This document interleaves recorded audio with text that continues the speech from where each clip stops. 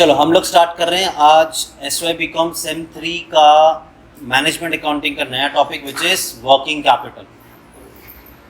देखो working capital ये तो तुमने वर्टिकल एनालिसिस के टाइम पे भी देखा था, एसेट्स में आता था current assets minus current liabilities. तो working capital is nothing but difference between the value of current assets and current. Company के पास जितने भी सोर्सेज से फंड्स आते हैं दो जगह पे इन्वेस्ट किया जाता है, एक फिक्स कैपिटल में और एक वर्किंग कैपिटल में। तो ये working capital day to day transactions में आने वाला पैसा होता है। ये किस तरह से कैलकुलेट करते हैं वो हम देखेंगे।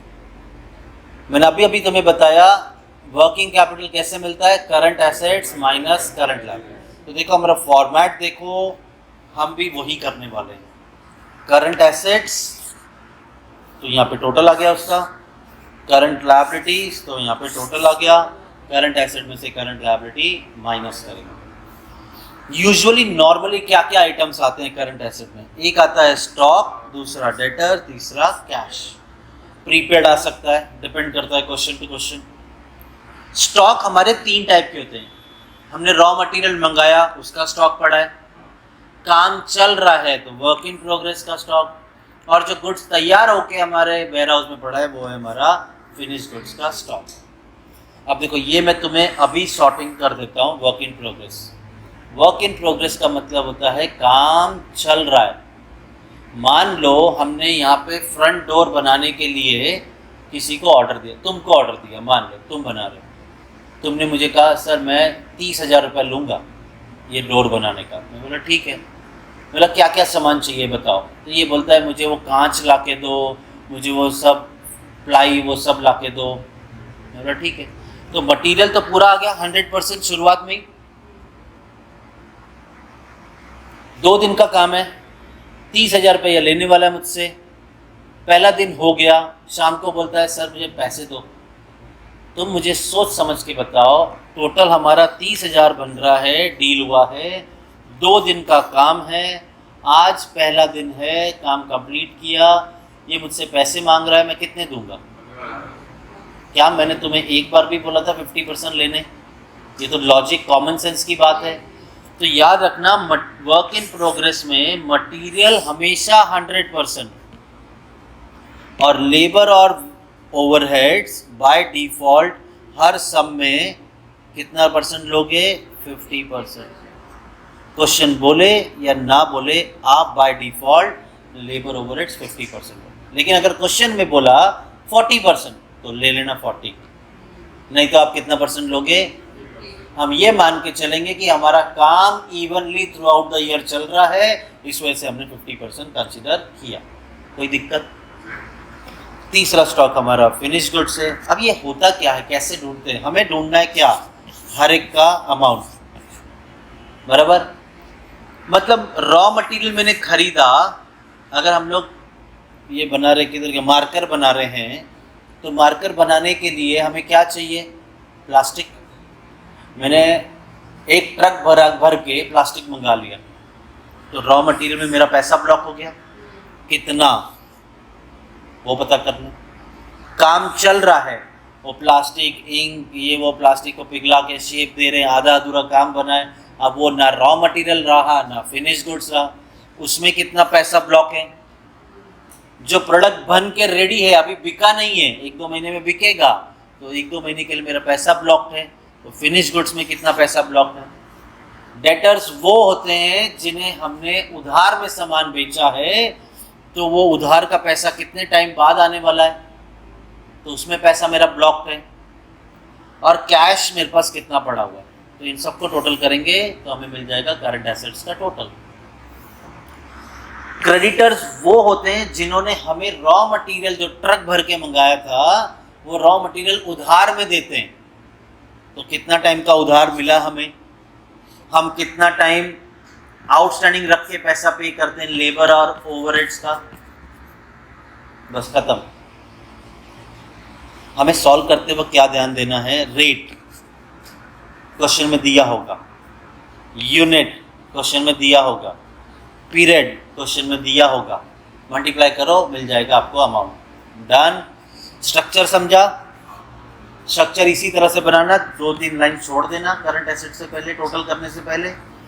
इसी तरह से लायबिलिटी का टोटल बनाना, 1-2 लाइन छोड़ देना। अच्छा, यहाँ पे एक आध आइटम और आ सकता है, जैसे बैंक ओवरड्राफ्ट, ये भी तो लायबिलिटी होती है ना, समझा ये। और एक आपको कॉस्ट स्ट्रक्चर बनाना होगा हर बार, हर सम में। अगर बना के दिया तो अच्छी बात है, नहीं दिया तो हम बनाएंगे। रॉ मटेरियल, लेबर, ओवरहेड्स, तीनों को टोटल करेंगे तो क्या मिलेगा? Total cost. हमारा प्रॉफिट जोड़ देंगे तो हमें क्या मिल जाएगा? सेल। शुरू करते हैं, फिर मैं तुम्हें बताऊंगा 2 चीज़ों के बारे में। एक डेटर्स को कौन से रेट पे वैल्यू करना है और एक फिनिश गुड्स को कौन से रेट पे वैल्यू करना है। सम चलेंगे तब समझाऊंगा, ठीक है। तो चलो सम लेते हैं तो आपको ऑटोमेटिकली पूरा समझ जाएगा। तो ये आते हैं हम सॉल्यूशन 1 पे।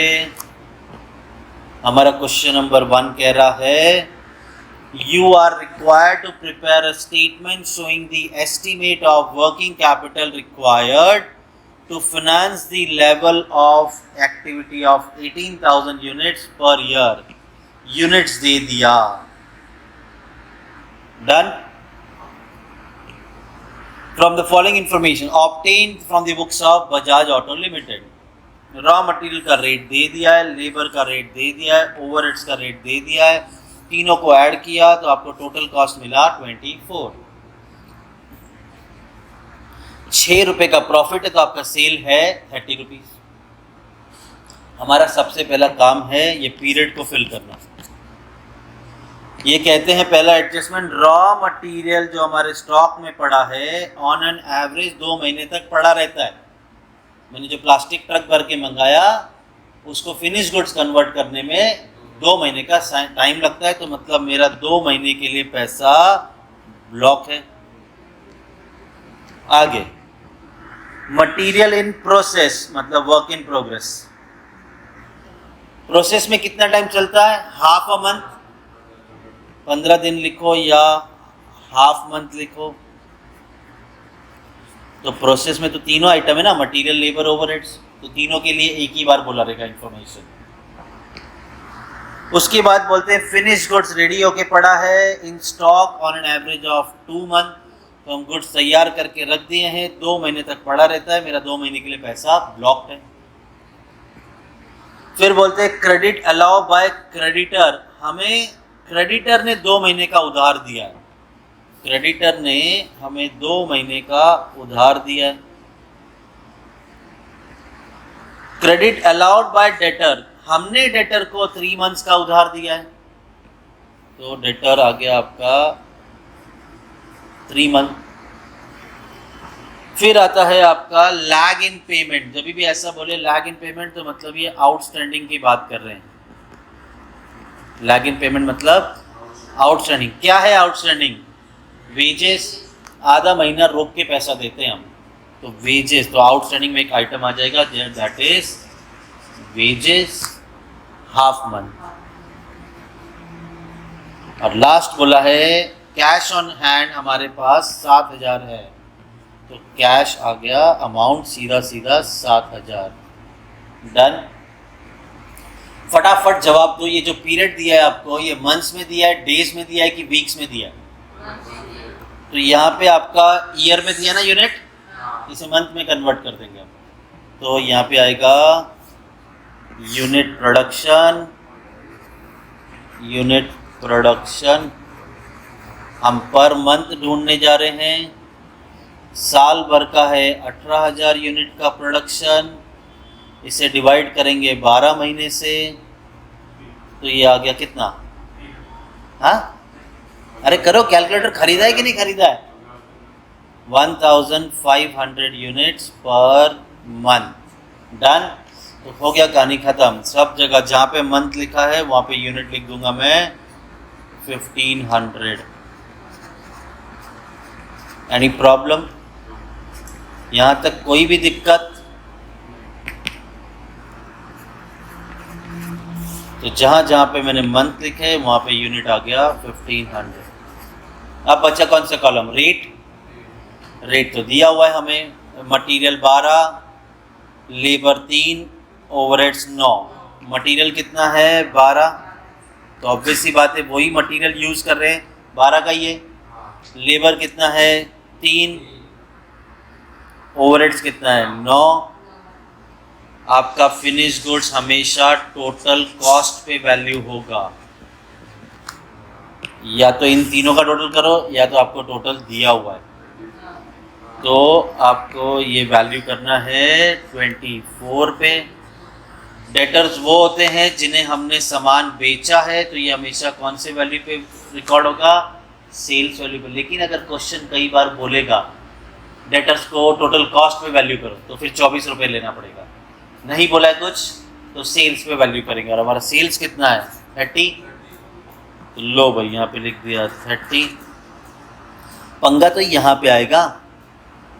क्रेडिटर कौन होते हैं? क्रेडिटर पैसा देना है जिसको हमने, क्यों देना है पैसा? उधार से क्या लिया है? गुड्स लिया है, रॉ मटेरियल लिया है। तो क्रेडिटर किस पे वैल्यू होगा? रॉ मटेरियल के प्राइस पे। रॉ मटेरियल का प्राइस कितना है 12, तो ये भी वैल्यू किस पे होगा 12। ये वेजेस को हम आधा महीना रोक के पैसा दे रहे हैं, तो वेजेस का जो रेट है वही, वेजेस का रेट क्या है 3, तो ये भी कितना आ जाएगा 3। हो गया, कहानी खत्म। अब कैलकुलेटर में कमाल दिखाओ अपना। 12 इंटू 1500 इंटू 2,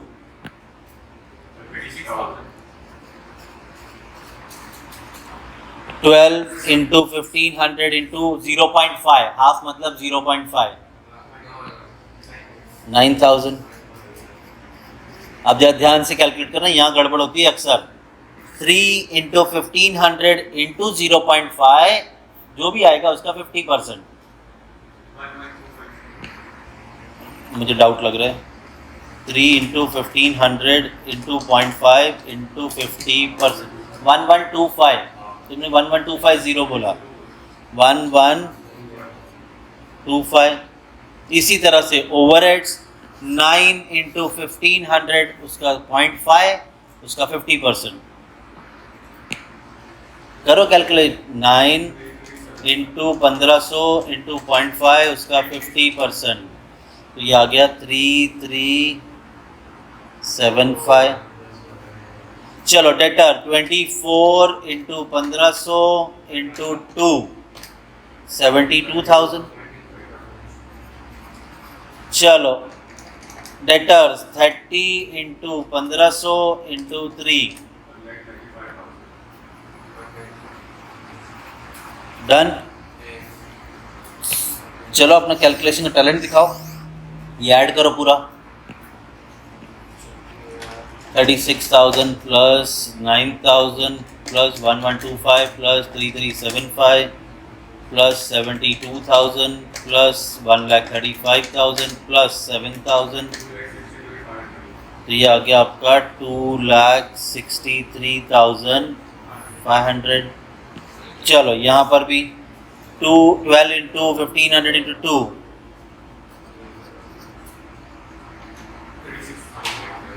चलो 3 इंटू 1500 इंटू 0.5, मतलब हाफ मंथ, 2250। ये दोनों को जोड़ देंगे, 36,000 और 2250 38,250।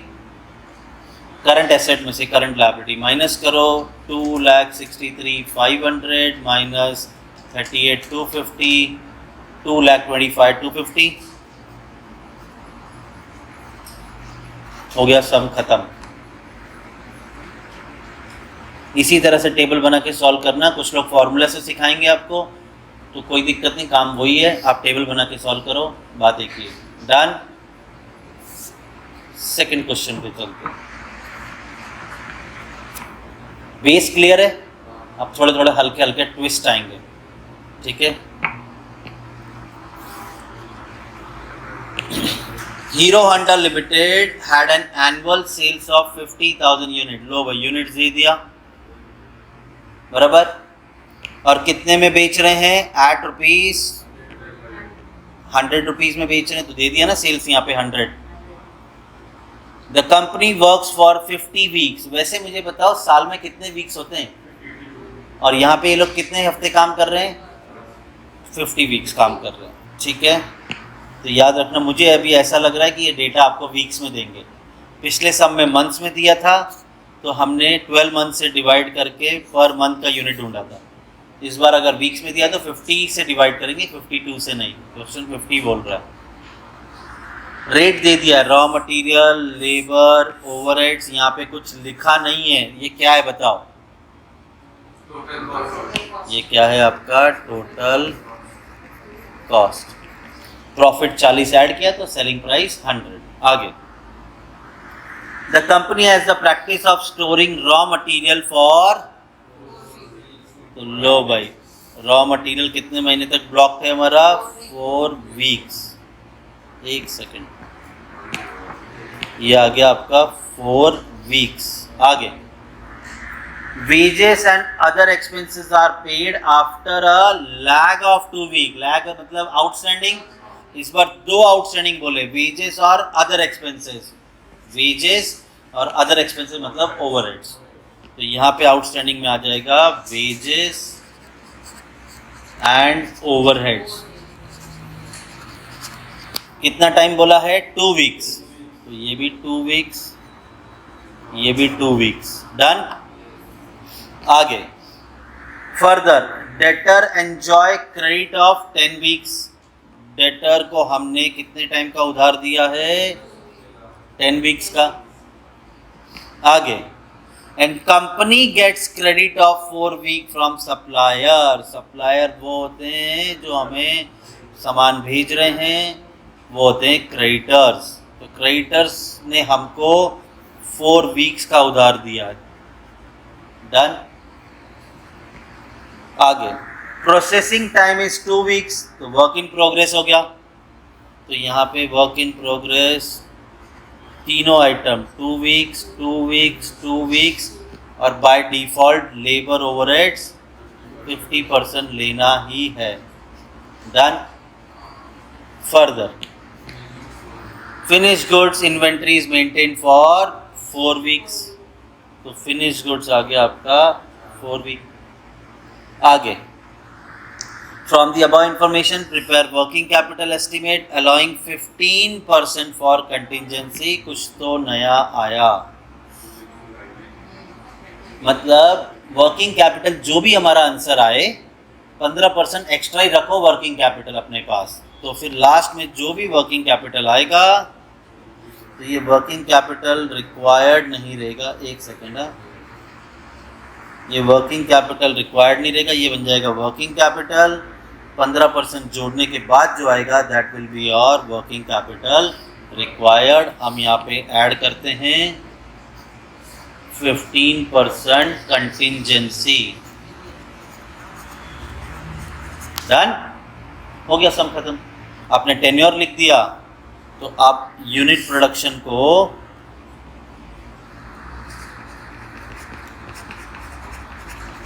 पर वीक में ढूंढोगे।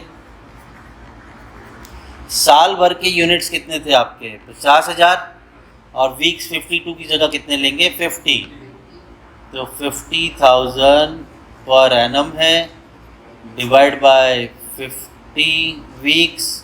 तो पर वीक का यूनिट कितना आया? 1000 पर वीक। तो ये जितना भी आपने टेन्योर लिखा है वहाँ पे यूनिट्स आ जाएगा 1000।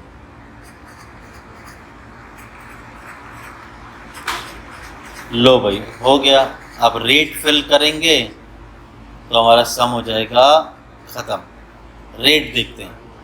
Material 30, labour 10, overheads 20। Material 30, labour 10, overheads 20। तो ये मटेरियल भी सेम रहेगा। फिनिश गुड्स को किस पे वैल्यू करेंगे? Total cost. और टोटल कॉस्ट कितना है आपका? 60। डेटर्स को किस पे वैल्यू करेंगे?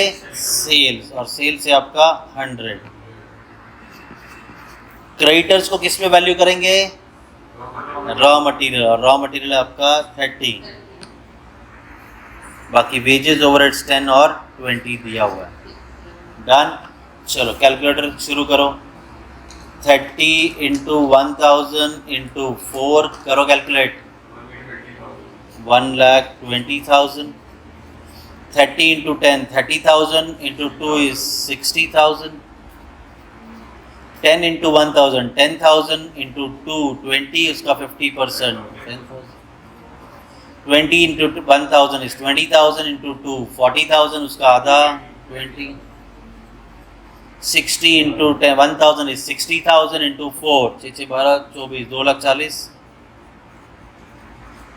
बराबर. 100 into 1,000 10,000 into 10 1 लाख आता है.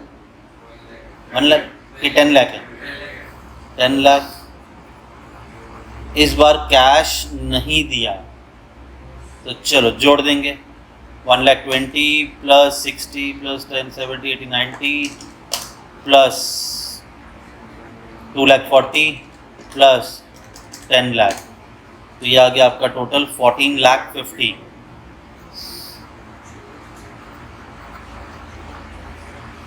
चलो ये टोटल करेंगे. 30 आ गया 1,20,000.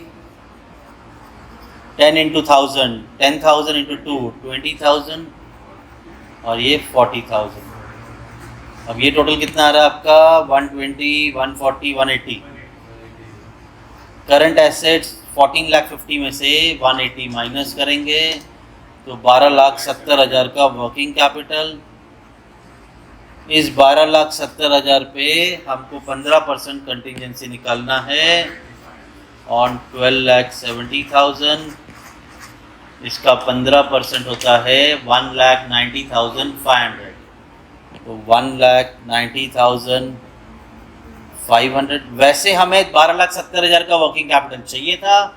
1,90,500 और हम लोग सेफ्टी के लिए रख रहे हैं तो कितना आया वर्किंग कैपिटल 14,60,000. डन. चलो ये भी हो गया. सॉल्यूशन 3 पे चलते हैं. सॉल्यूशन 3.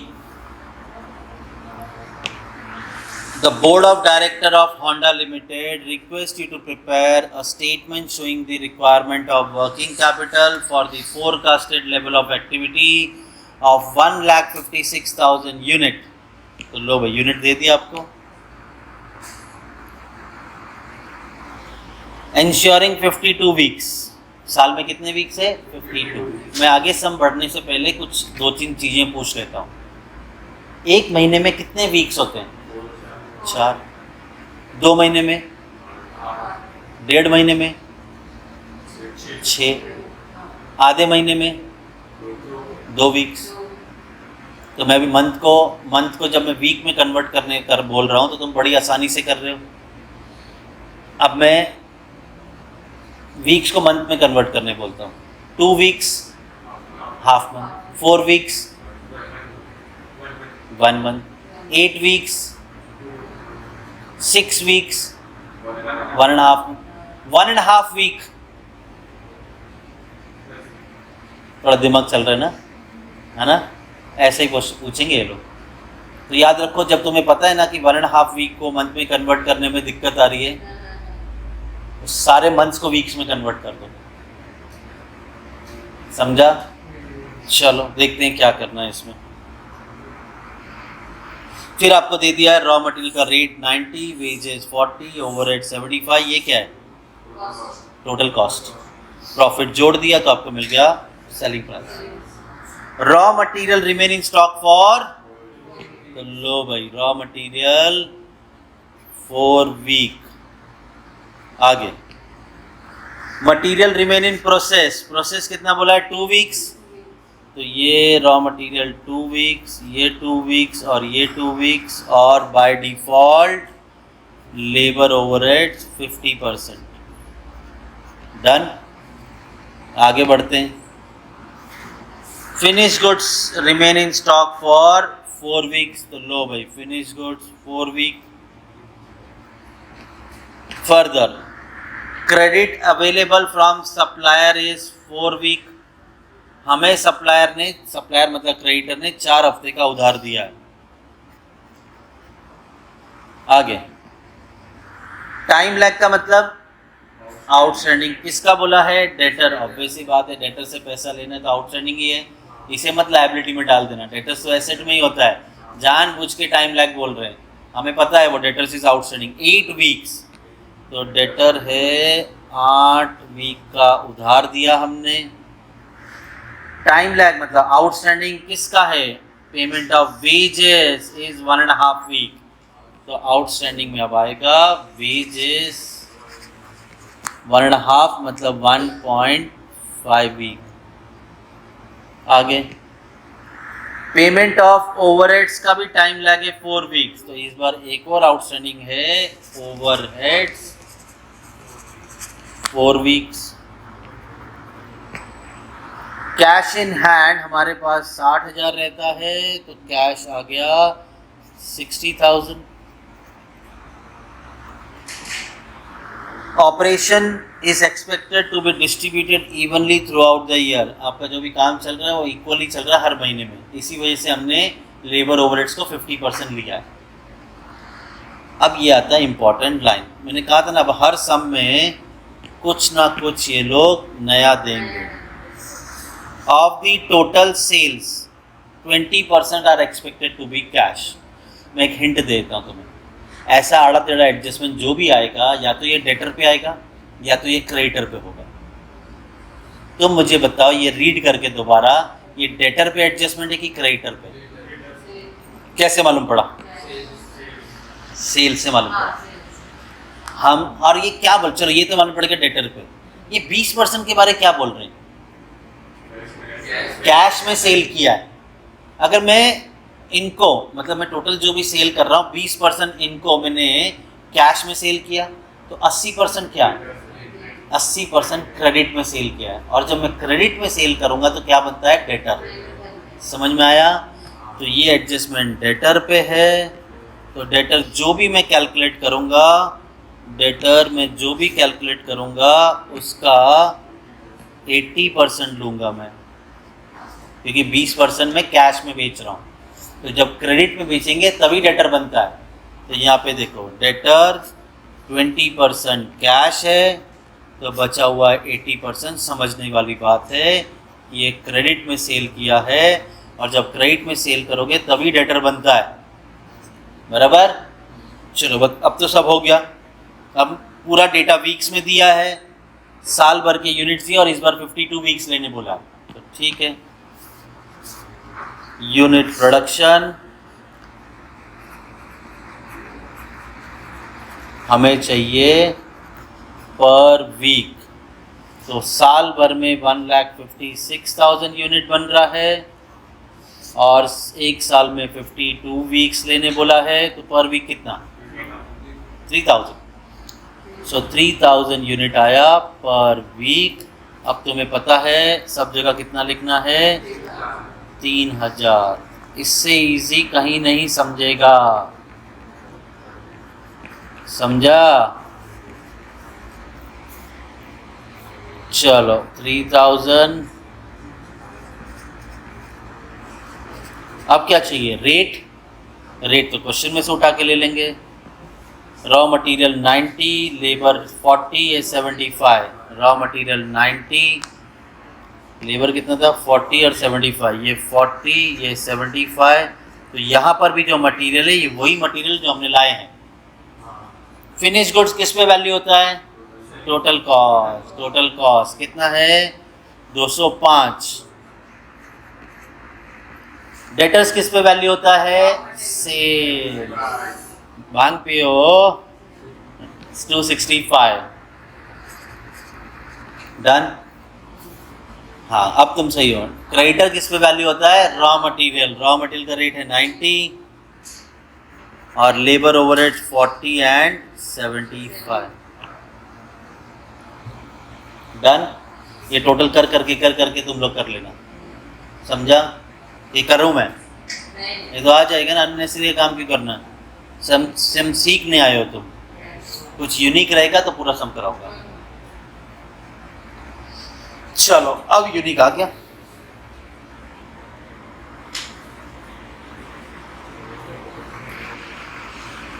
चलो, on the basis of the program formulated to be put into operation with effect from 1st January 22, The management of Lohia Scooters Limited desired to know the quantum of working capital required. तो हमें working capital ढूंढना है to finance the production program. The following percentage which the various element of cost bears to selling price. ये दिए गए percentage आपको निकालने हैं सेलिंग प्राइस पे. डन. इस बार आपको कॉस्ट स्ट्रक्चर बना के नहीं दिया है. Have been extracted from the pro forma cost sheet. Material 50%, labor 20%, overheads 10. Material 50%, labor कितना है 20 और 10, ये 10%. किस पे निकालने बोला है? सेल्स पे. आगे तो मैं एक काम करता हूँ, यहाँ तक तो हमने जितना काम करना था वो कंसिडर कर लिया. अब इसे दोबारा देखने की ज़रूरत नहीं है. डन. तो मैं फटाफट सेलिंग प्राइस ढूंढता हूँ ना. एडजस्टमेंट नंबर 1 2 3 4 5 6 7 कहाँ दिया है सेल्स के बारे में? नंबर सेलिंग प्राइस कितना है? तो लो हो गया हमारा सॉल्व. सेलिंग प्राइस 9 रुपये, 9 का 50% 4.5, 9 रुपये का 20% 1.8, 9 रुपये का 10% 0.9. ये टोटल करेंगे तो 7.2. इन दोनों का डिफरेंस ना भी निकाले तो ठीक है. प्रॉफिट कहाँ चाहिए हमको? हमको तो प्रॉफिट चाहिए ही नहीं. चलो रेट मिल गया. अब आगे बढ़ते हैं. अब एक एक करके पढ़ेंगे और सिर्फ डेटा फिल कर देंगे पीरियड का. लेकिन उससे पहले बोला है प्रोडक्शन इन 2021 है ये एक्चुअली में. ठीक है. Production in 2021 was 1 lakh unit and it is proposed to maintain the same during the year 2022. हमें 2022 का वर्किंग कैपिटल बनाना है. यूनिट ये लोग पिछले साल का दे रहे हैं, बोलते हैं इतने यूनिट अभी भी कंसिडर कर लो. तो ठीक है, तो यूनिट मिल गया हमें. आगे adjustment number 1, raw material are expected to remain in store for an average period of 1 month. आगे मत पढ़ो. Before issue to production. Production में भेजने से पहले हमारे पास रॉ मटेरियल पड़ा रहता है कितने टाइम के लिए? 1 मंथ. तो ये आ गया. अरे किधर चले गए? इधर बनाया क्या हमने? ठीक है, समझ गया ना. अपने मेरे को टाइम ही क्या लगेगा. ये लो अपना सिस्टम ही भारी है. अरे गलत हो गया. छोड़ दे यहाँ बहुत मगज मारी. चलो सॉल्यूशन क्या है हमारा? 4. ठीक है. अब raw material remain in stock for the period of 1 month. आगे finish good stay in warehouse for 2 month. बेचने से पहले आगे यही लिखा है. तो फिनिश गुड्स बोला है 2 मंथ.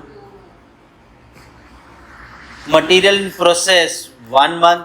तो लो भाई वर्क इन प्रोसेस में 3 आइटम है. 1 मंथ 1 मंथ 1 मंथ और बाय डिफॉल्ट ये दोनों 50%. क्वेश्चन बोले ना बोले.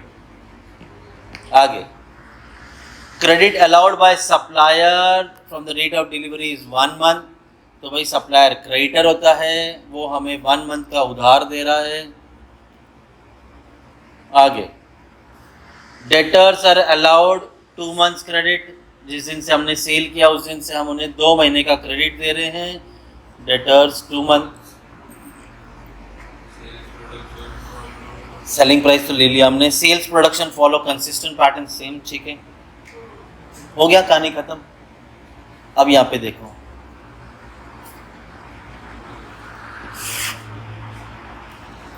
प्रोडक्शन, यूनिट प्रोडक्शन,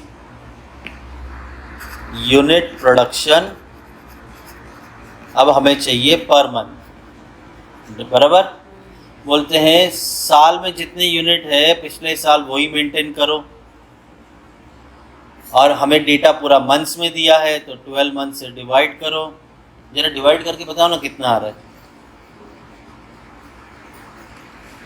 8 डेसिमल में आ रहा है ना? ऐसा नहीं लेने का डेसिमल में। तो सुनो अभी क्या करना है। तो अब हम करेंगे क्या, 1 लाख डिवाइडेड बाय 12। डेसिमल में ले लोगे ना तो आपका आंसर गड़बड़ा जाएगा। इस वजह से हम यही डेटा हर जगह लिख देंगे।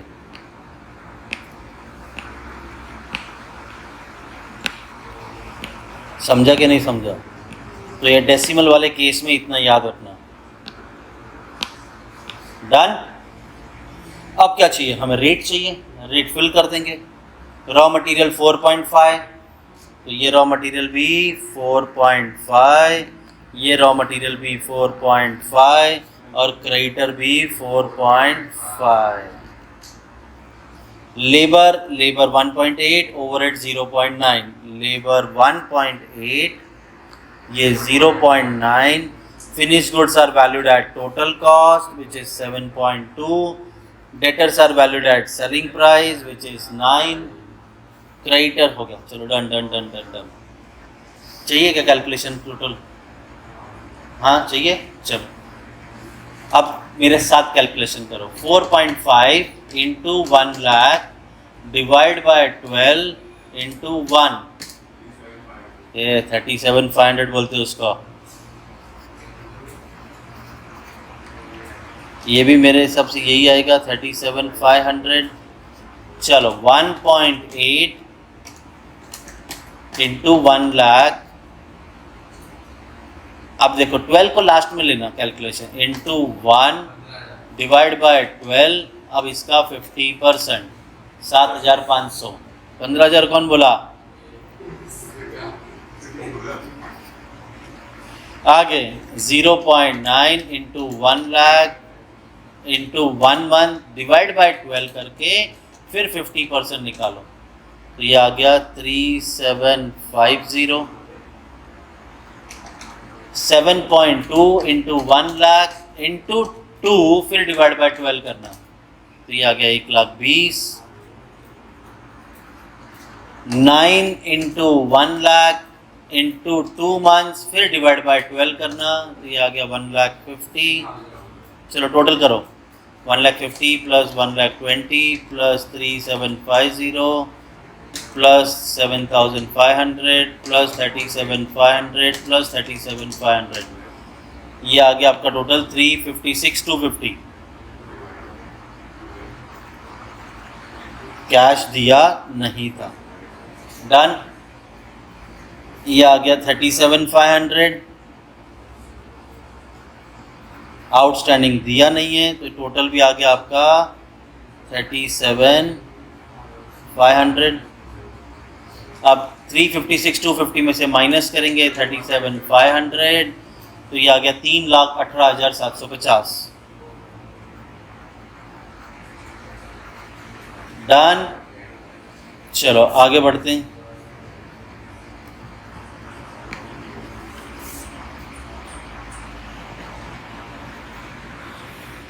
अब मैं तुम्हारा वो जो मैं बता रहा था ना, मंथ्स को वीक्स में, वीक्स को मंथ्स में, पहले वो डिस्कस करते हैं फिर हम पढ़ेंगे।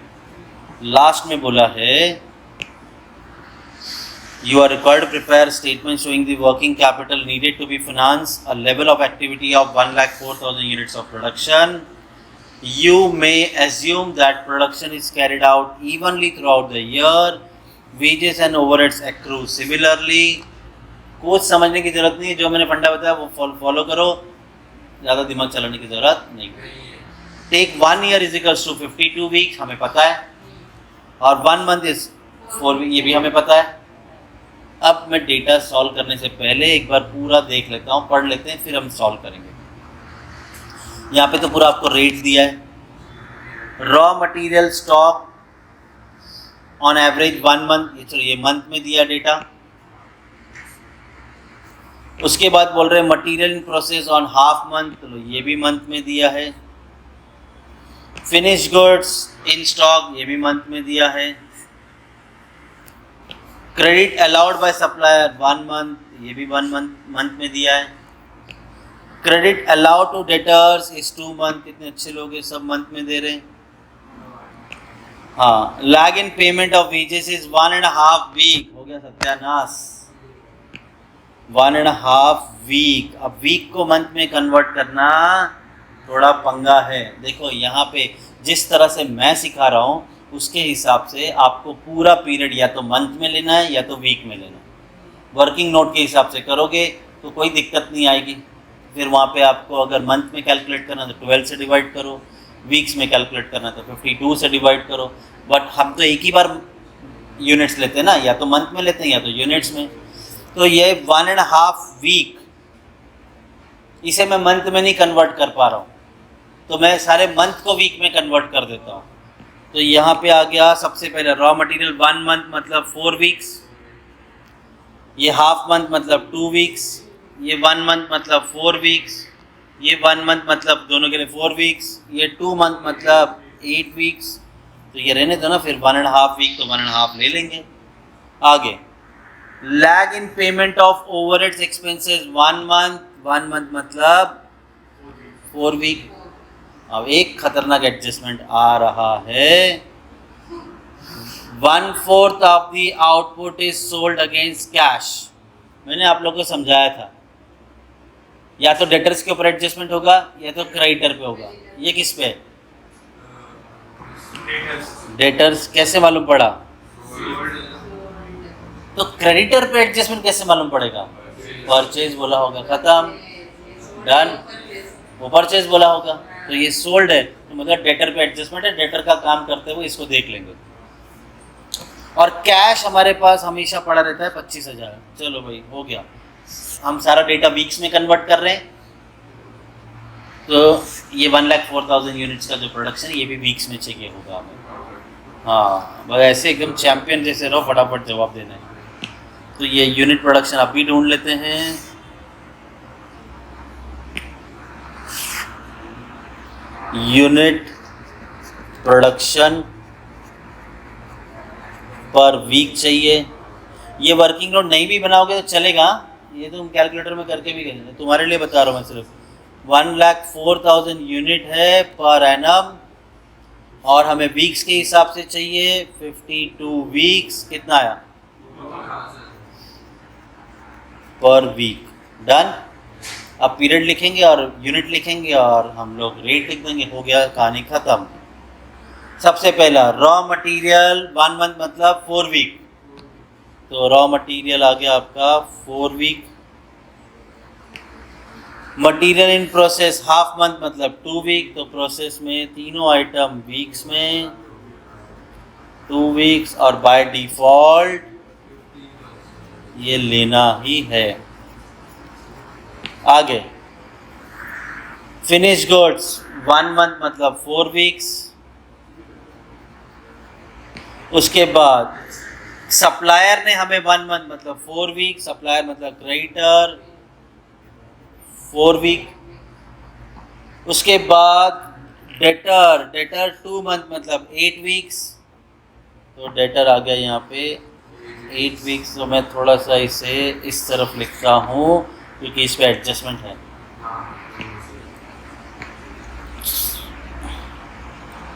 लैग इन पेमेंट वेजेस और लैग इन पेमेंट ओवरहेड्स।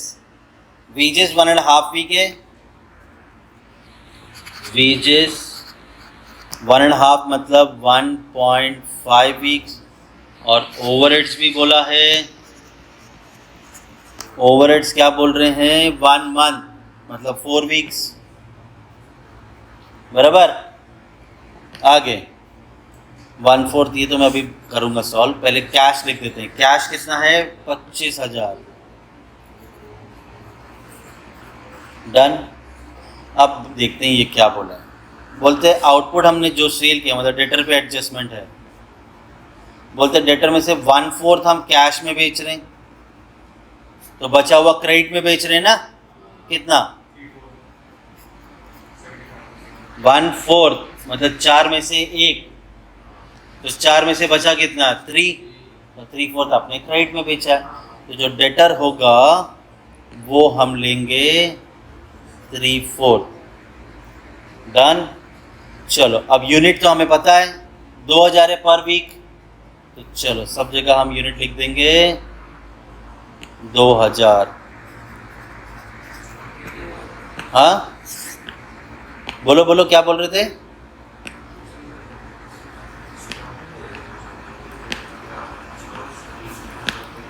आपस में बोलोगे, मुझे क्या समझेगा?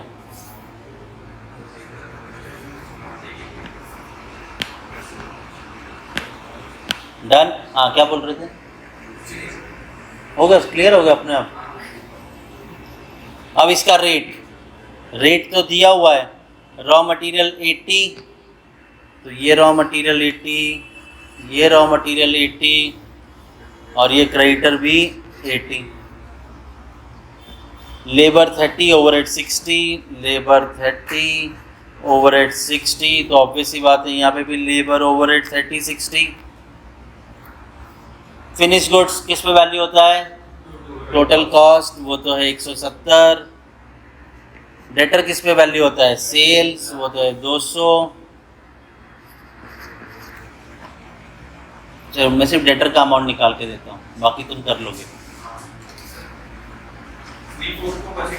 या 75% तुम बोल रहे हो, मैं इसके लिए नहीं ना करने से मगजमारी क्यों करना है। तो 200 इंटू 2000 इंटू 8 इंटू 3/4, ओ तेरी 24 लाख। तुम पक्का इसमें गड़बड़ करोगे, मैं सॉल्व करके देता हूँ। करो कैलकुलेशन। वाह बैठे इधर बारात में आए हैं, कैलकुलेशन करना है। पहला वाला बताओ, देखा? हाँ 80 इंटू 2000 इंटू 4, 6 लाख। ये आ जाएगा फिर 3,20,000। आगे 30 इंटू 2000 इंटू 2, उसका 50%, 60,000। चलो अगला बता, मेरे से पहले बताया करो तो ही तो बात है। 120। फिनिश गुड्स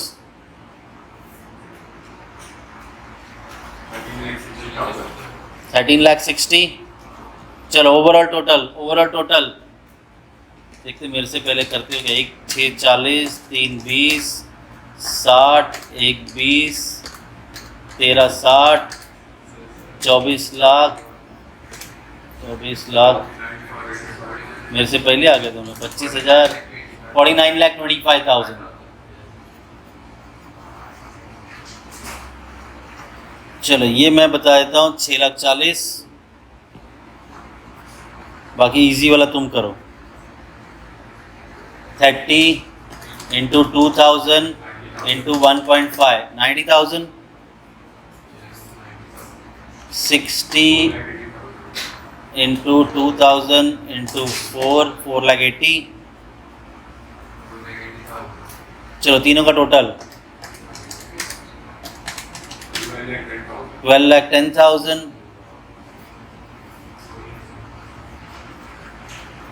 करंट एसेट में से करंट लायबिलिटी माइनस करो। हाँ 15 हो गया, वर्किंग कैपिटल मिल गया। डन। आगे बढ़ते हैं। थक तो नहीं गए ना तुम लोग? बैठे तो हो, क्या थकोगे? हाँ वहाँ बोल रहे हैं।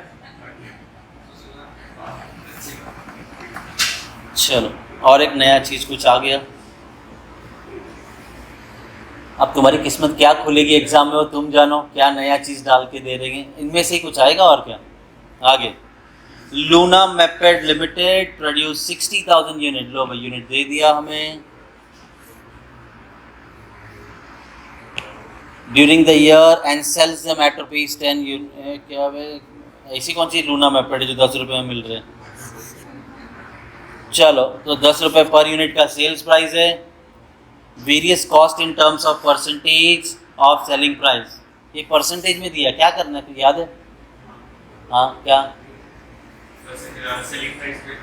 सेलिंग प्राइस पे ये सारे परसेंटेज निकलेंगे। तो आपका सेलिंग प्राइस कितना है? 10 बराबर 60 10 20। लो भाई बनाते हैं। 60%, 20%, 10%, ये 90% हो गया, ये 10%, ये 100%, सेल्स आपका 10 रुपये है, 10 का 60%, 6, 2, 1, 9, ये निकालने की ज़रूरत ही नहीं। डन। चलो भाई, कॉस्ट स्ट्रक्चर बड़ा फटाफट बन गया। आगे देखते हैं ये कौन सा क्वेश्चन है, 6, सॉल्यूशन 6। आगे बढ़ते हैं।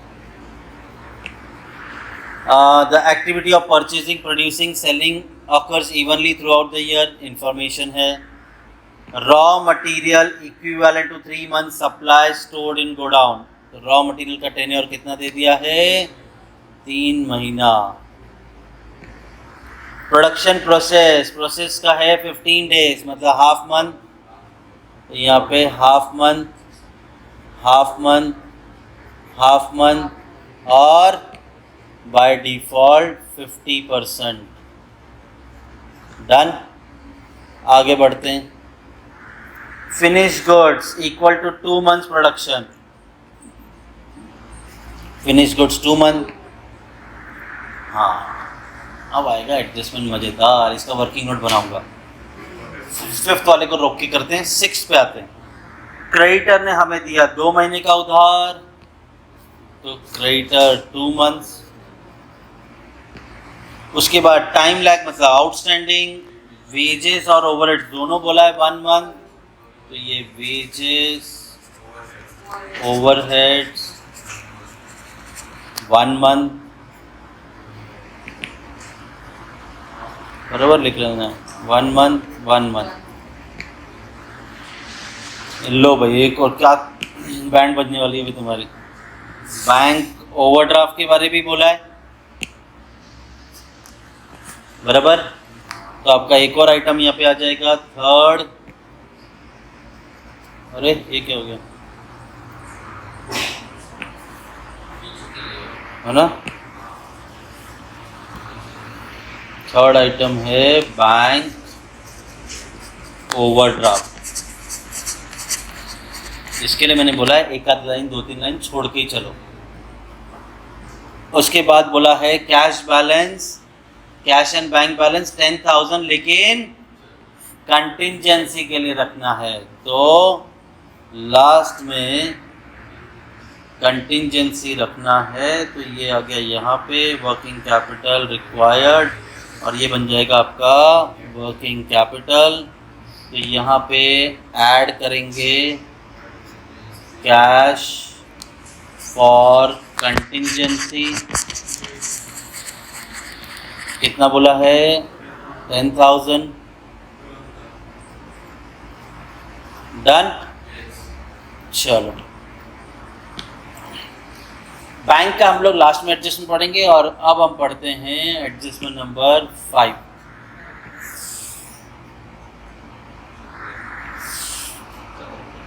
जरा ध्यान देना अभी एडजस्टमेंट, पहले यहाँ पे बनाता हूँ फिर वहाँ पे कॉपी करके देता हूँ। 50% of the sales are on credit. पहले यूनिट निकाल देता हूँ। चलो, सारा डेटा मंथ्स में दिया ना। आपके यूनिट्स कितने, 60,000। तो पहले प्रोडक्शन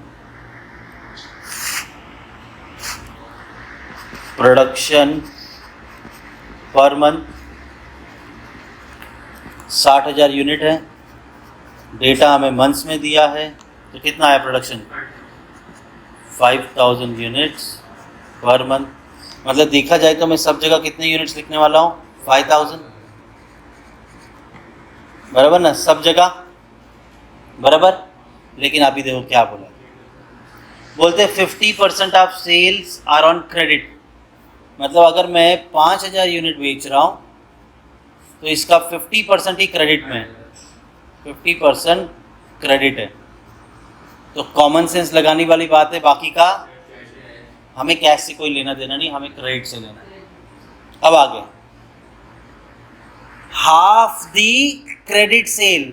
अभी मालूम पड़ गया मुझे क्रेडिट सेल्स कितना है, 2,500, बराबर ना। किसी को डाउट है, 5,000 यूनिट हम बेच रहे हैं, आधा क्रेडिट में है, मतलब 2,500। बोलते हैं half the credit sales are made to those customer who accept bill of exchange for 6 months period. बोलते इसका जो आधा है, हाफ, विच इज़ 1250 यूनिट, ये हमने उनको बेचा है जिन्होंने बिल ऑफ एक्सचेंज एक्सेप्ट किया है। बिल ऑफ एक्सचेंज डेटर के बाद ही बनता है ना, 6 मंथ्स के लिए।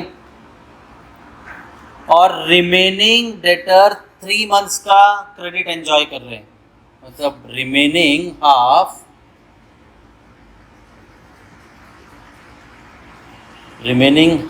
मतलब 1250 यूनिट जो हमारे अदर डेटर है, ये कितने मंथ्स का क्रेडिट एंजॉय कर रहे हैं? 3 मंथ्स। ये तो समझा। अब डेटर लिखते वक्त ध्यान देना क्या करेंगे। डेटर लिखते वक्त पहले मैं इसे नीचे ले लेता हूँ, इसको उड़ा ही देता हूँ, नहीं चाहिए, कैश तो है ही नहीं ना। डेटर में 2 चीज़ें आ जाएगी, एक बिल ऑफ एक्सचेंज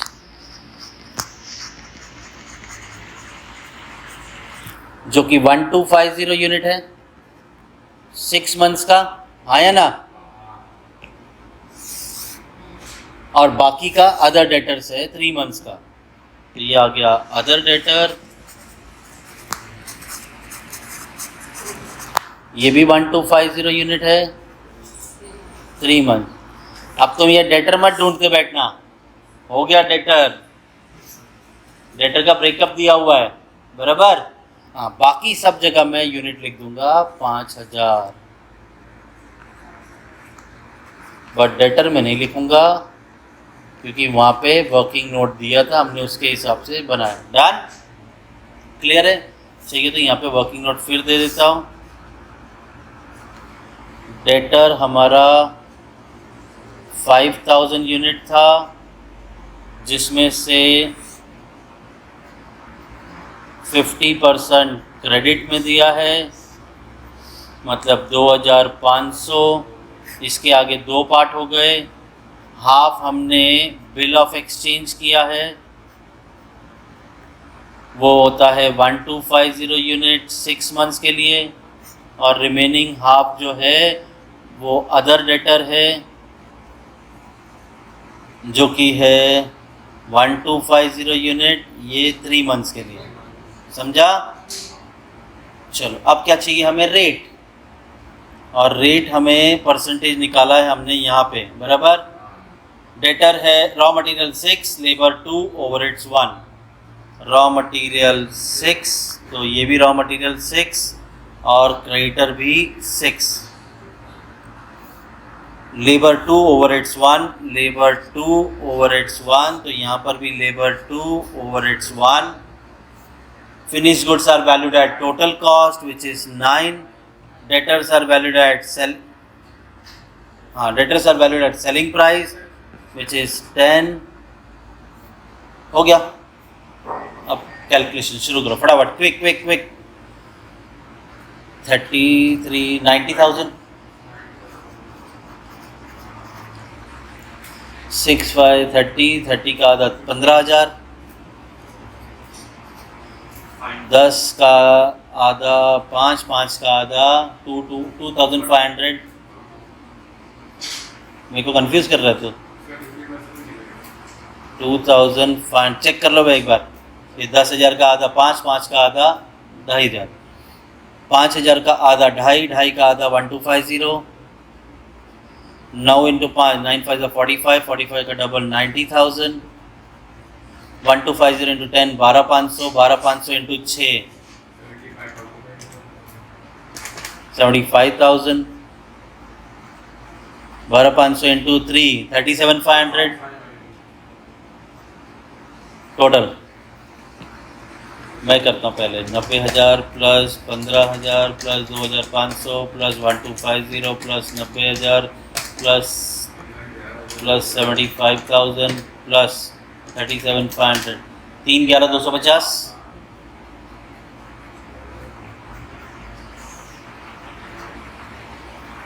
चलो अब ये अलग है, 2 मंथ्स दिया इस बार। हर बार रॉ मटेरियल क्रेडिटर सेम नहीं होगा।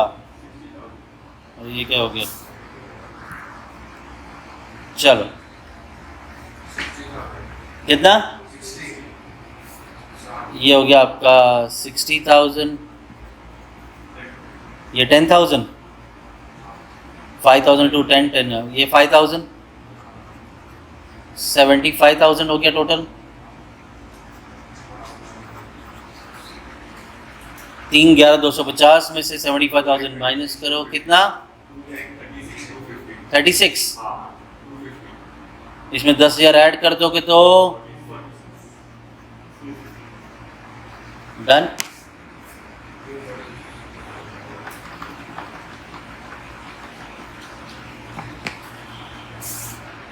आगे बढ़ते हैं।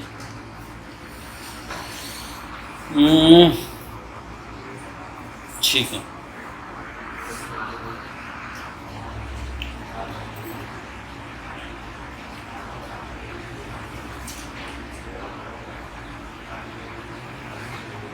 चलो। Finance Director of Smart Limited intends to plan financial requirement of working capital for the company for coming year 2011. The share capital of the company is 10 lakh. The company also issued 10% debenture of 1,50,000. 7 नहीं? अच्छा, ये working note इधर बनना था ना, मुझे लगा हो गया। चलो 7 कर लेते हैं। उसके जैसा नहीं, थोड़ा सा अलग है वो। अभी तक डेटर पे एडजस्टमेंट था, अब क्रेडिटर पे भी आएगा। चलो, a factory produced 84,000 units during the year and sells them at ₹50 per unit. लो भाई, अब मैं कॉस्ट स्ट्रक्चर यही बना देता हूँ। सेलिंग प्राइस मिल गया 50, जरा 50 का 55% निकालो तो रॉ मटेरियल का रेट मिल जाएगा। बोलो, 50 का 55%, ये आ गया 27.5। जरा 50 का 18% निकालो, 9। 50 का 17% निकालो, जरा टोटल कर दो ये तीनों का।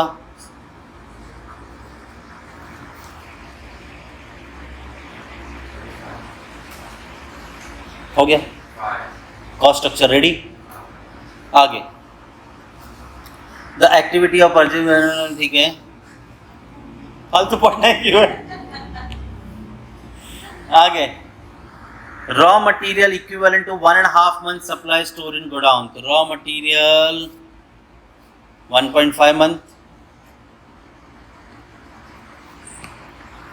प्रोडक्शन प्रोसेस 15 डेज मतलब हाफ मंथ, ये तीनों हाफ मंथ, और बाय डिफॉल्ट 50% लेना ही है। डन। आगे finish goods equal to 1 month production, तो finish goods 1 month. Debtor get equal to 1 month production in stock, तो डेटर भी हो गया 1 मंथ। क्रेडिटर हमें अलाउ कर रहा है 2 मंथ का क्रेडिट, तो क्रेडिटर 2 मंथ। टाइम लैग मतलब आउटस्टैंडिंग, वेजेस ओवरहेड्स दोनों बोला है 1 मंथ, तो यहाँ पे वेजेस, यहाँ पे ओवरहेड्स 1 मंथ। उसके आगे cash and bank balance is to be maintained 15% of net working capital. आया सबसे खतरनाक एडजस्टमेंट, ठीक है। और यहाँ पे एडजस्टमेंट दिया है 25% परचेज आर फॉर कैश। मैंने तुमको बताया है ये एडजस्टमेंट या तो डेटर पे होगा या तो क्रेडिटर पे होगा। इस बार किस पे है? परचेज बोला है तो क्रेडिटर पे है। अब ये क्रेडिटर जो है, क्रेडिटर हमें 25% कैश में बेच रहा है।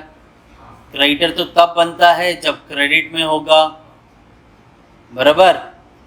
तो इस बार डेटर नहीं, इस बार क्रेडिटर के कैलकुलेशन के आगे 75% लेंगे, क्योंकि 75% ही उधारी है। अब आता है ये वर्किंग कैपिटल, ये तो लास्ट में आएगा जब तुम्हारा सब कुछ कैलकुलेट होगा, तब एडजस्टमेंट नंबर 8 सॉल्व होगा। तो चलो, रेट दे दिया है, पीरियड क्या दिया है, ठीक है, 84,000 यूनिट साल भर में है, सारा डेटा मंथ्स में है। तो यूनिट प्रोडक्शन कैलकुलेट करेंगे। प्रोडक्शन जो है पर मंथ चाहिए हमें, कितना यूनिट था साल भर का? 84,000 unit per annum divided by 12 months, तो यूनिट होगा 7,000। तो मैं सब जगह यूनिट कितना लिख दूंगा? 7,000 7,000 7,000, बस हो गया। ऐसा लिखना, कॉपी पेस्ट। तुम लोग को भी ऐसे ही मिलना चाहिए ना एग्जाम में। अरे ये क्या सीन हो गया? 7,500, मैं देख रहा तुम्हारा ध्यान है क्या नहीं, बस कॉपी पेस्ट।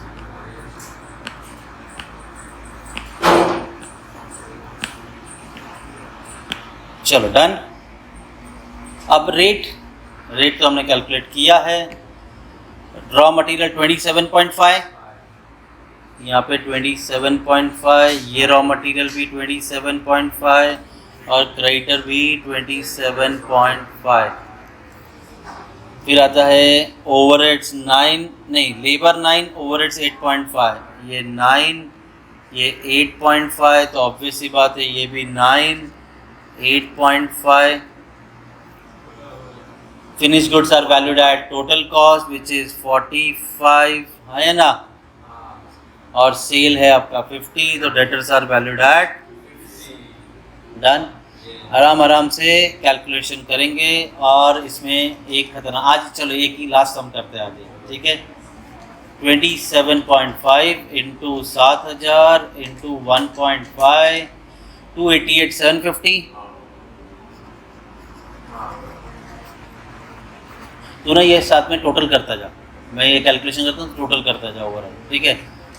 तो ये आ गया आपका 27.5 इंटू 7,000 इंटू 0.5, अरे रे 27.5। बाकी सब बारात में आए, कोई और कैलकुलेट नहीं कर रहा है। 96,250 बराबर है। चलो 9 इंटू 7,000 इंटू 0.5, उसका 50%, 15,750। 8.5 इंटू 7,000 इंटू 0.5, उसका 50%, 14,875। 45 इंटू 7,000 इंटू 1, 3,15,000।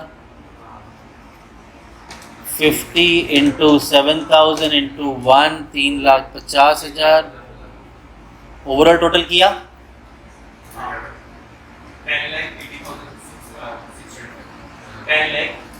80,625। जरा ध्यान देना, अभी ध्यान देना। आपका करंट एसेट विदाउट कैश है, कैश तो लिया ही नहीं ना हमने। कितना आ रहा है? 10 लाख।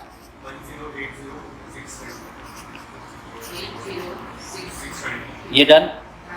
ये टोटल में नहीं लिखेंगे क्योंकि कैश है नहीं, और कैश इन्होंने बोला है कैश एंड बैंक बैलेंस निकालना है, इस वजह से मैंने यहाँ पे टोटल नहीं किया, वर्किंग नोट में लिख दिया। अब लायबिलिटी 27.5 इंटू 7,000 इंटू 2, उसका 75%, 288,750। 9 इंटू 7,000 इंटू 1, 63,000। 8.5 into 7,000 into 1, 59। हाँ, इसका टोटल मैं लिख दूंगा। लायबिलिटी में तो कोई टेंशन नहीं है। कितना? 411। डन। तो आ जाओ वर्किंग नोट में। 411,250, this is your current liabilities. ठीक है, तो तो आपको मिल जाएगा 669,375. This is your working capital without cash. Without cash. ध्यान देना. मैंने क्यों ऐसा ढूंढा है, क्योंकि ये लोग क्या बोल रहे पता, कैश बैलेंस है आपका 15%. किसका? Net working capital. मतलब ये टोटल में से ये माइनस करने के बाद ये नेट वर्किंग कैपिटल, इसका 15% आपका कैश होना चाहिए. किसका? ये फाइनल टोटल. अरे फाइनल टोटल ही नहीं हमारे पास, तो कहाँ से निकालेंगे? तो इसका मतलब ये जो मुझे वर्किंग कैपिटल मिला है, अब आता है हमारे मुद्दे की बात. वर्किंग कैपिटल हमें जो मिला है 6,69,375, ये ओरिजिनल अमाउंट नहीं है. ओरिजिनल मतलब 100% नहीं है ये इसमें 15% कैश नहीं है, तो ये आपका 85% है सर. तो जो कैश है आपका, वो जो 15% है, वो क्रॉस मल्टीप्लाई करके कितना,